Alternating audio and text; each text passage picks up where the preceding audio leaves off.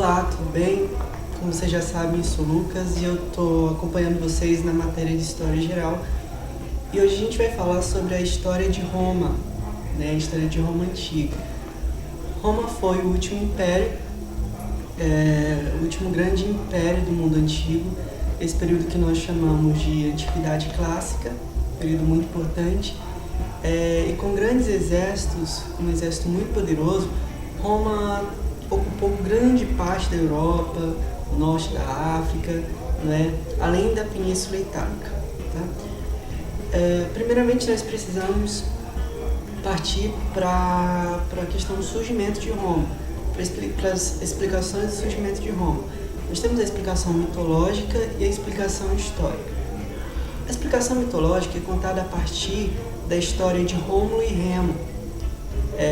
Essa história narra a história desses dois irmãos, né, que são lançados em um rio, não me lembro se é o rio Tibre. Eles são lançados em um rio e são achados por uma loba. Essa loba os acolhe como seus filhos, né, dá de mamar para eles. Logo depois chega um pastor, acha esses meninos.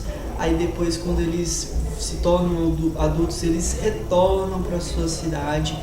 Lá Rômulo mata Remo e Rômulo se torna o primeiro rei romano e funda Roma. Muito simples, né? Já a explicação histórica, ela explica que Roma surgiu a partir da fusão entre os povos indo-europeus. Roma surgiu a partir de um levante migratório desses povos, dos povos indo-europeus, gregos, italiotas, latinos, etruscos. Nós podemos citar algumas características deles, né, e como eles chegaram até a Península Itálica. Os gregos, eles chegaram para a Península Itálica através da Segunda Diáspora, um evento muito marcante na história da Grécia.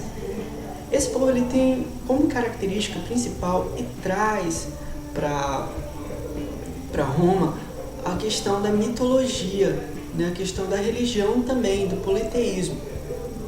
Os etruscos é um povo que localizava-se ao norte e tinha característica fortemente militar. Tá? Já os latinos, eles tinham cultura bem desenvolvida e tinham a língua bem desenvolvida, o que eles também trouxeram para a Constituição de Roma. Né? Tu vai ver que logo depois o latim, que é a língua latina, ele se torna a língua do Império, né? A língua de Roma. E essa língua ela se difunde para toda a Europa, né, alcançando aí a Itália e outros países, dando surgimento a outras línguas, como por exemplo o nosso português.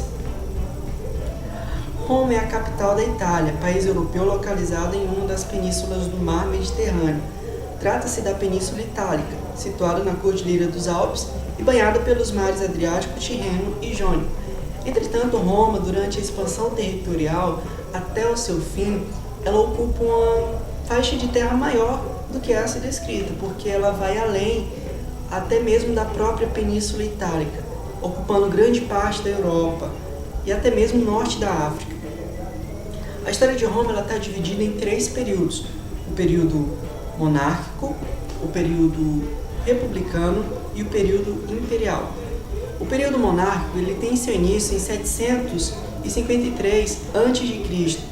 e tem seu término em 509 a.C. É um período que é marcado pela dominação etrusca e tem como característica a formação de Roma. É um período que os historiadores costumam caracterizar como um dos períodos da história de Roma em que se tem a grande carência de documentos históricos, de fontes históricas. Tá? Em Roma, o rei ele não tinha, durante esse período monárquico, o rei não tinha poder ilimitado. Tá? O poder real era fiscalizado pelo Conselho dos Anciãos, integrados pelos ilustres patrícios. A sociedade romana estava dividida da seguinte forma: patrícios ou nobres, que eram os patrícios, eram os latifundiários, os grandes detentores de terra e os pertencentes às famílias mais tradicionais de Roma. Os plebeus, que eram os agricultores, comerciantes, artesãos e pastores também. Tínhamos também os clientes, que ligavam-se a uma família patrícia, subordinavam-se ao seu patrono, devendo segui-lo na política e na guerra. Assumiam também obrigações econômicas, ou seja, já que os clientes eles eram uma subdivisão dos plebeus, né, era uma classe que também estava inserida dentro de outra classe, que eram os plebeus. Nós podemos raciocinar, nós podemos pensar que os patrícios também tinham a sua influência dentro dessa classe, dentro dos plebeus. E por último, na classe mais baixa, tínhamos os escravos. Os escravos eram prisioneiros de guerra, eram plebeus endividados, que não tinham nenhum direito, não tinham participação política nenhuma dentro de Roma, tá? E eram considerados como objetos, eram trocados, vendidos, etc. Durante o período monárquico, o escravismo ele não desenvolveu um papel significativo, ou seja, ele estava presente dentro da sociedade monárquica, entretanto não era tão forte, como a gente vai perceber logo na República, quando você tem a expansão territorial. Durante a monarquia, o comércio e o artesanato também se desenvolveram. É interessante a gente falar sobre a estrutura da cidade, né? O que mudou na cidade de Roma? Como nós estávamos formando a cidade de Roma, os etruscos, Roma passou a adquirir um aspecto de cidade. Foram realizadas diversas obras, obras públicas, como por exemplo a drenagem de pântanos e o sistema de esgoto.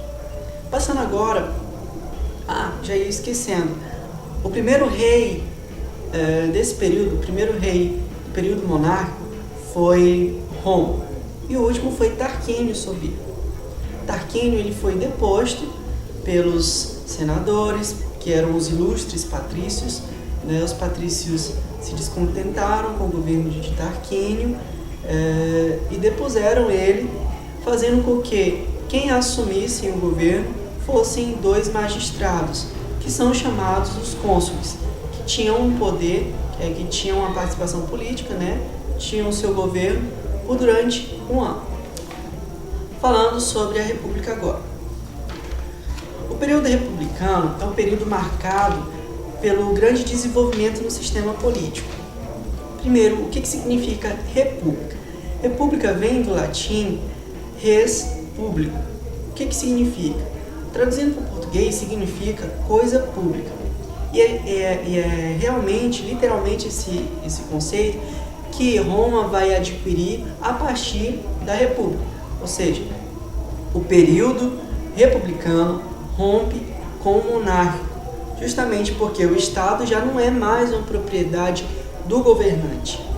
O governante é um representante, né, de um interesse comum, de um interesse público.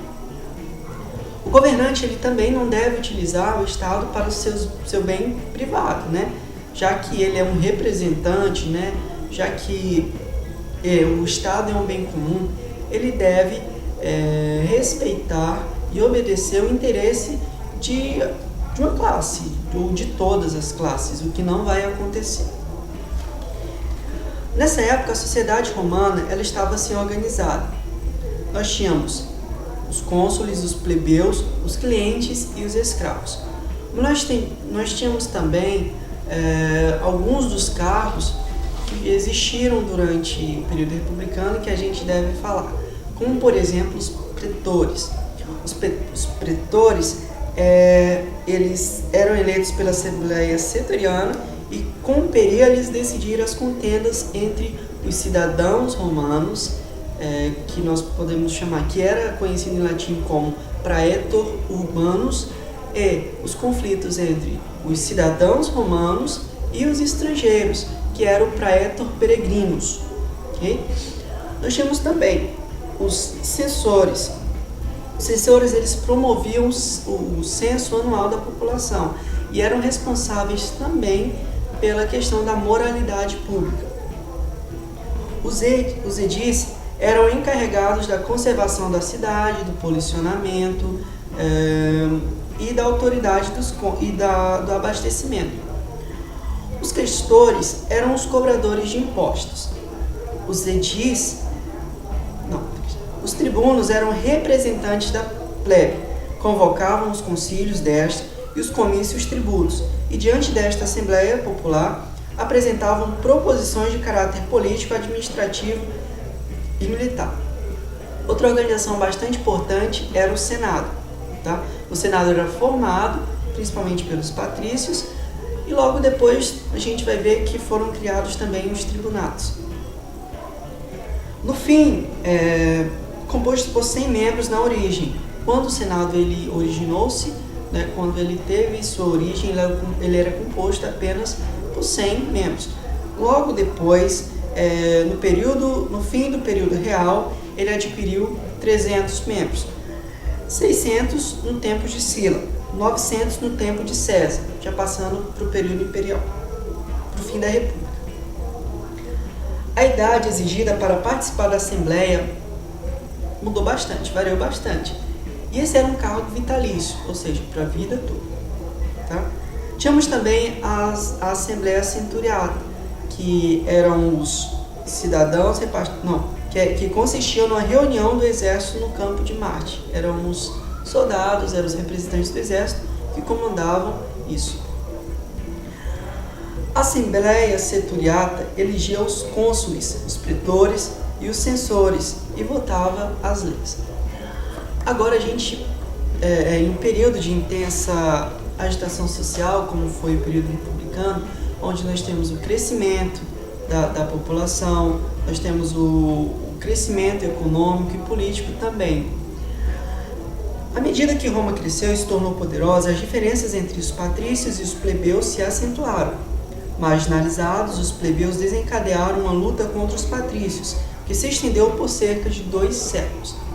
Bom, essa luta entre os patrícios e os plebeus, ela evidencia bem o quanto a desigualdade social promovida pela organização hierarquizada de forma censitária na sociedade romana trazia muitos males, né, para toda a sociedade. A guerra entre os patrícios e os plebeus, essa guerra civil, ela durou muitos anos. Em 494, nós tivemos a revolta do Monte Sagrado, onde nós tivemos posteriormente a criação do tribuno da plebe.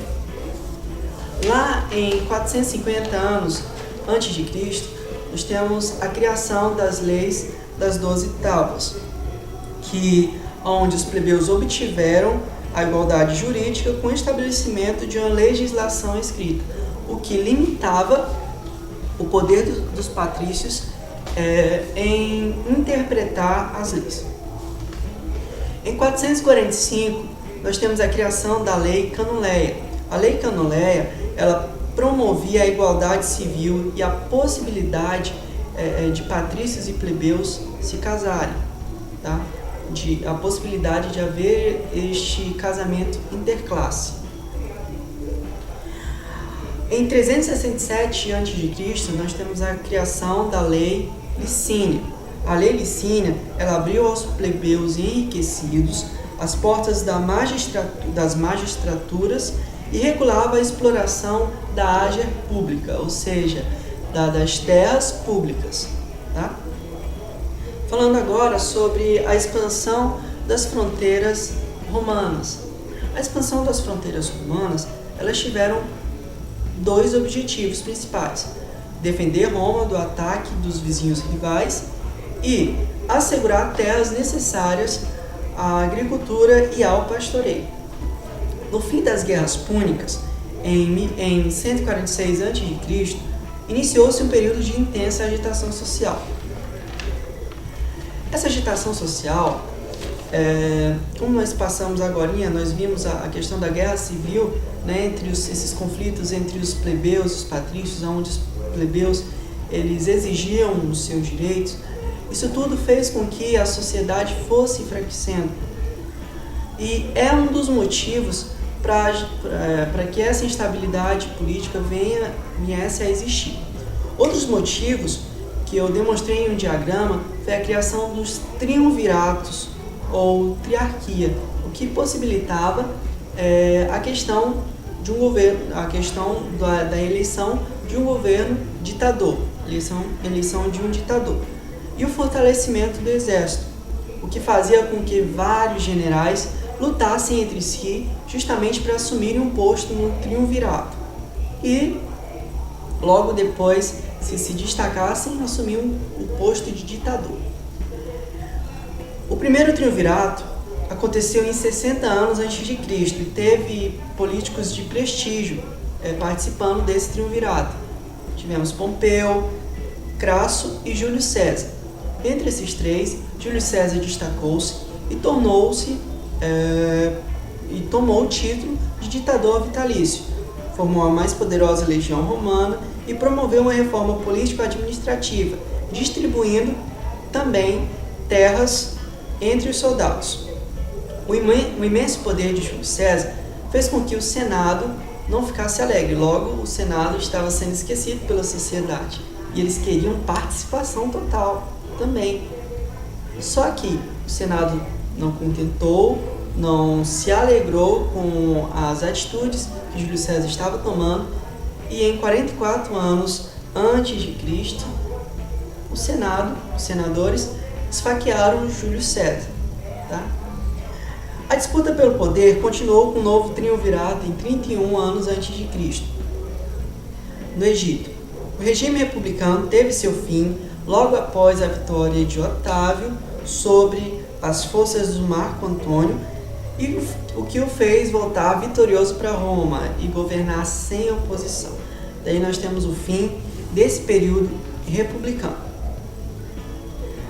Então, nós podemos perceber que a crise da República, algumas das características, alguns dos pontos que nós devemos citar na crise da República foram as ditaduras, as revoltas entre os plebeus, a revolta dos escravos liderados por Espartaco, o primeiro triunvirato, Pompeu, Crasso e Júlio César, a ditadura e o assassinato de Júlio César, o que vai fazer com que um segundo triunvirato venha a ser criado, logo após Otávio ganha um grande prestígio social e assume como ditador.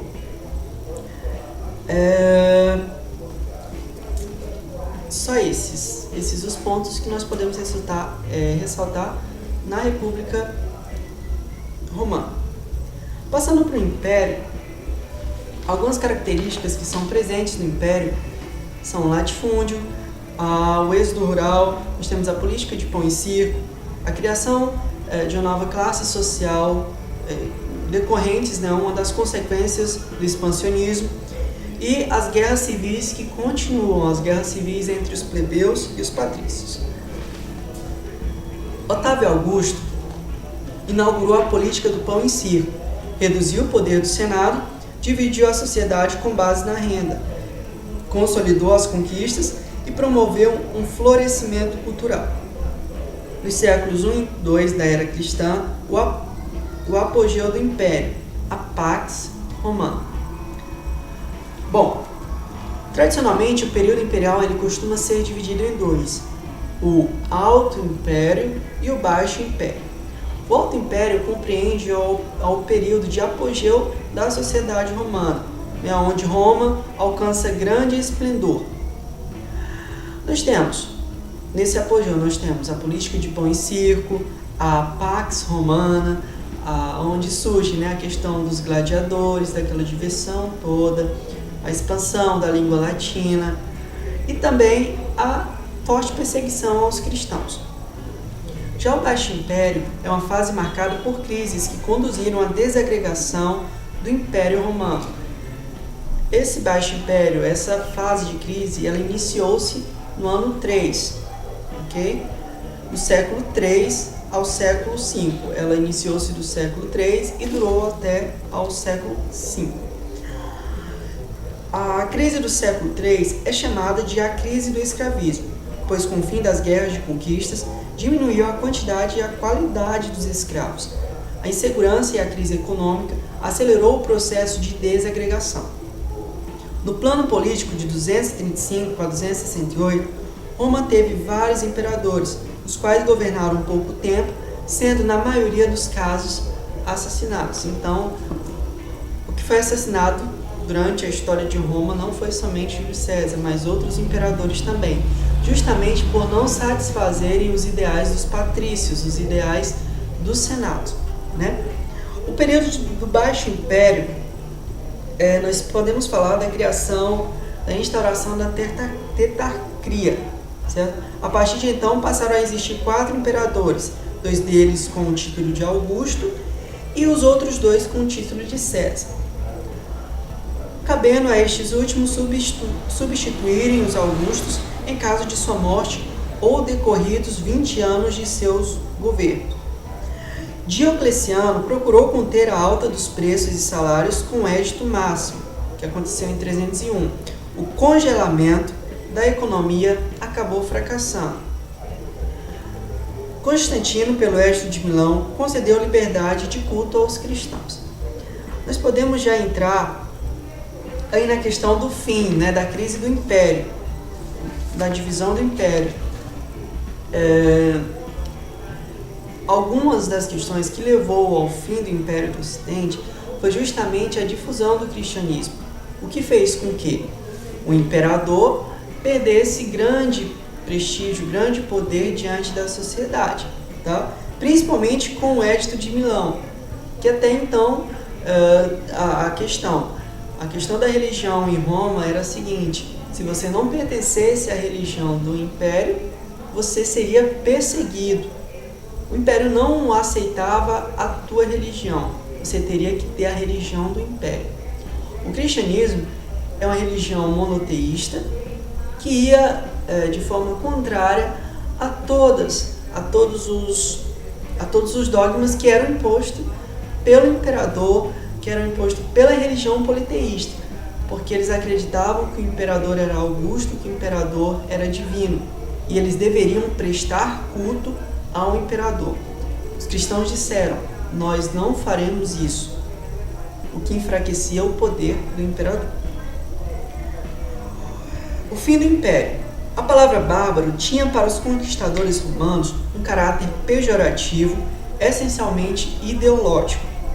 Para eles, bárbaros eram todos os povos que não haviam sido submetidos ao domínio imperial, ou que, não tendo sofrido o processo de romanização, isto é, de aculturação, não falavam latim. Teodásio dividiu o império e tornou o cristianismo a religião oficial, em 476 a.C. Odoacro, rei dos Érulos, depois o último imperador romano do Ocidente. Bom, agora a gente vai falar sobre as heranças, sobre as principais heranças que os romanos, que a sociedade romana deixou para nós, né, para a nossa sociedade contemporânea. Nós podemos citar o direito. Naquela época nós tivemos o jus civile, nós tivemos o jus gentium e o jus naturalis. Era assim organizado o direito em Roma. O jus civilis era o direito civil, era a lei de Roma e de seus cidadãos, incluindo os costumes e as leis escritas. O jus gentium era o direito dos povos, era a lei comum a todos os homens, sem levar em consideração a sua nacionalidade. Essa legislação autorizava a escravidão, a propriedade privada, os contratos e as transações entre compra e venda. O jus naturale, que é o direito natural, segundo esse direito, todos os homens têm por natureza certos direitos que os governantes não têm autoridade para negar. A gente tem que parar um pouco e observar em relação, voltando lá para a República Romana, que às vezes a gente pode confundir um pouco. A gente pode confundir república, o sistema político da república, com o sistema político de Atenas, né? A democracia. É importante nós destacarmos que a república funcionava da seguinte forma: tinha como característica política o censitarismo, era organizada de forma censitária, assim como a sociedade. Quem tinha mais dinheiro, quem tinha mais poder, mais posse de terra, tinha mais direito político em relação, né, ao governo e tal. Porque quem continuava comandando eram os patrícios. Por que os cristãos foram perseguidos? Vamos lá as causas. Por que os cristãos foram perseguidos durante o Império Romano? Os cristãos não aceitavam venerar o imperador como um deus. A maioria dos cristãos eram pessoas simples, eram escravos, eram plebeus, eram mulheres, tá? Era a religião dos oprimidos e dos deserdados. Bom, você imagina em uma sociedade como essa, né, em que o direito, em que as camadas sociais menos abastadas eram totalmente ridicularizadas, não tinham alimentos suficientes, não tinham posse de terra. Você imagina um versículo como aquele: bem-aventurados pobres, porque eles herdarão o reino dos céus? Você imagina a proporção que esse versículo poderia tomar diante daquela sociedade oprimida, escravizada? Muito grande. Por isso que nós falamos que o cristianismo, durante o Império Romano, ele foi responsável por agregar, justamente por receptar, por aceitar aqueles que eram oprimidos, que eram os deserdados. Os cristãos, eles denunciavam os combates de gladiadores e as lutas entre os homens e animais selvagens, tão apreciadas pela maioria dos romanos. Então você pode perceber que os ideais dos cristãos iam totalmente em confronto com os ideais do Império Romano, dos politeístas. Os cristãos, eles não combateram a escravidão. São Paulo ensinava que os escravos deviam obediência aos seus senhores. Estes, por sua vez, não deviam maltratá-los. Embora o cristianismo ele não combatia a escravidão, ele acreditava que os escravos deveriam ser, de certa forma, respeitados, não deveriam ser maltratados pelos seus senhores. Agora a gente vai ver como que viviam os romanos, né? Para o povo romano, a vida urbana era um padrão a ser seguido até mesmo pelos camponeses que costumeiramente visitavam Roma. E Roma, além de ser um centro político, econômico, social, ela foi palco também de inúmeras diversões, como a gente percebe lá durante a época da política do pão e circo. Como o teatro, as corridas, as corridas de biga, os jogos de dados e as lutas de gladiadores, uma paixão nacional. As habitações da maioria dos romanos eram simples. A população mais pobre vivia em pequenos apartamentos em edifícios de até 6 andares, que apresentavam riscos de desabamento e incêndios. Apenas uma minoria vivia em casas amplas e confortáveis, com água canalizada, rede de esgoto, iluminação por candelabros, salas de banhos e luxuosa decoração interior. Eu preparei um mapa mental para vocês que ilustra bem, né, a participação das mulheres na sociedade, como que acontecia a educação. Você vai perceber na leitura do mapa mental que a educação prevalecia para aqueles que tinham dinheiro, para aqueles que tinham riquezas, né? Os filhos dos patrícios, eles eram educados por seus preceptores, eles eram educados, ensinavam para eles a língua latim e o grego e estudavam diversas matérias. Sobre a cultura romana, ela foi muito influenciada pela cultura grega. Os romanos copiaram muitos aspectos da arte, da pintura e da agricultura romana. Isso a gente percebe muito na religião politeísta, onde muitos dos deuses romanos eram os mesmos deuses gregos, entretanto com nomes diferentes. A língua romana era o latim, que depois de um tempo espalhou-se pelos 4 cantos do império, dando origem na Idade Média ao português, francês, italiano e o espanhol. A mais conhecida obra literária de Roma é Eneida. Ela foi escrita pelo poeta Virgílio a pedido do imperador Augusto. A intenção de Virgílio em Eneida é glorificar a cidade de Roma. A arte romana foi influenciada tanto por etruscos, um dos povos que ocuparam a Península Itálica, quanto pelos gregos. Eu coloquei aí algumas curiosidades, né, para saber mais, né, alguns pontos interessantes que falam sobre a religião, fala sobre o desenvolvimento dos romanos em relação à ciência e também sobre a infância, que eu coloquei também no mapa mental que eu fiz para vocês. Tentar não significa conseguir, mas todos que conseguiram certamente tentaram. Então estuda, e é isso, boa sorte, bons estudos e obrigado pela atenção. Até a nossa próxima aula, que eu vou falar sobre feudalismo. Me parece que é sobre feudalismo.